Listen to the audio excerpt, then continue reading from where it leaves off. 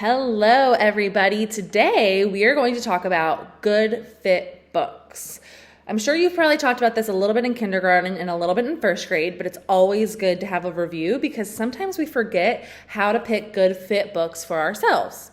So I like to think of picking good fit books like picking a pair of shoes. So if I said I'm going to go on a run and I want to go outside on a walk or a run with my dog, which of these shoes would be a better choice? This one or this one? Point to your screen. Which of these would be a better choice for a walk or run with your dog? Right, obviously this one. This is a really cute and pretty shoe, but it's not a good fit for what I'm trying to do.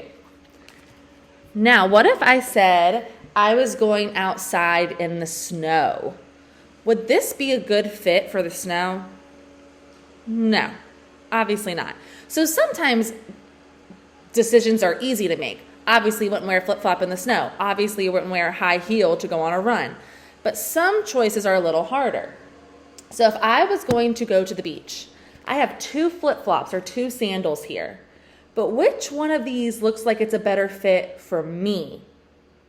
Which one of these looks like it's a better fit for me? Point to your screen. Which one is a better fit? Yeah, this one. This one is a good fit to go to the beach, but that's way too big. It's not going to fit my foot. So this might be a good fit for somebody else, but it's not a good fit for me. So that's just how books are. Some books might be a good fit for somebody else, but not for you, and vice versa. And you might choose different books for different times. So if I told you to read a nonfiction book or to read a book that makes you laugh, you're going to pick different books depending on different things. So let's move on to some books. If I was terrified of snakes, hated snakes, was scared of snakes, but my teacher said you have to read a nonfiction book about an animal. And these were the 2 books I could choose from. Which book should I choose?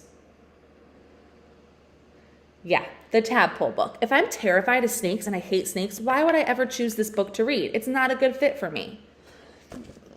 Now, what if I was afraid of spiders? Hated spiders, terrified of spiders. Which book out of these 2 should I choose if my teacher said I had to read about some type of insect or arachnid? Yeah, I would choose the butterfly one if I'm afraid of spiders. Don't pick this if it's not a good fit for you. Now, I might not like spiders, but somebody else in our class might think spiders are super cool and they might want to choose this book, and that's totally fine. Another thing we have to remember when we're looking at good fit books is not just if it's interesting to us. That's the biggest thing. You want to like a book. You're not just going to pick a book off the shelf and say, well, I guess I have to read this. No, make sure you're interested in it. That makes it a good fit. Another thing that makes it a good fit is if you can read it. So we're going to use the 5-finger rule. If you open up a book and you cannot read 5 words in the first few pages, it's probably a little bit too hard. So this book looks really cool to me. I've heard about it before and I'm interested in it, and so I think it's a good fit. I'm going to open up to a page and I'm going to start reading. If I can't read 5 of these words, guess what? Too hard. And that's okay.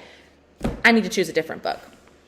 Now, the same thing, it might be too easy. So if I open up this book and it's too easy, and I can go, I'm hungry, said Baby Bug. When Toad hopped by, he said, Inchworm, is that you? Inchworm said, shh, I'm hiding, a monster is coming. That might be too easy. And sometimes easy books are okay to read and to pick through because it helps your fluency. But you don't want every single book you always read to be way too easy. So let's look at these few books. So we want to make sure you're interested in the book and that it's on your level, that it's okay enough for you to read. It's not too easy and not too hard. And the last thing is you want to have a purpose for reading it. So if you do a seesaw activity and I say, go read a book that makes you laugh, which of these books do you think you should read if I want you to read a book that makes you laugh? Right, probably the Mo Willems, because this book is nonfiction and it's not really funny. But if I said, go read a book that's going to teach you some information, Mo Willems, funny book, but it's probably not going to teach you anything. But this butterfly book is definitely going to teach you things.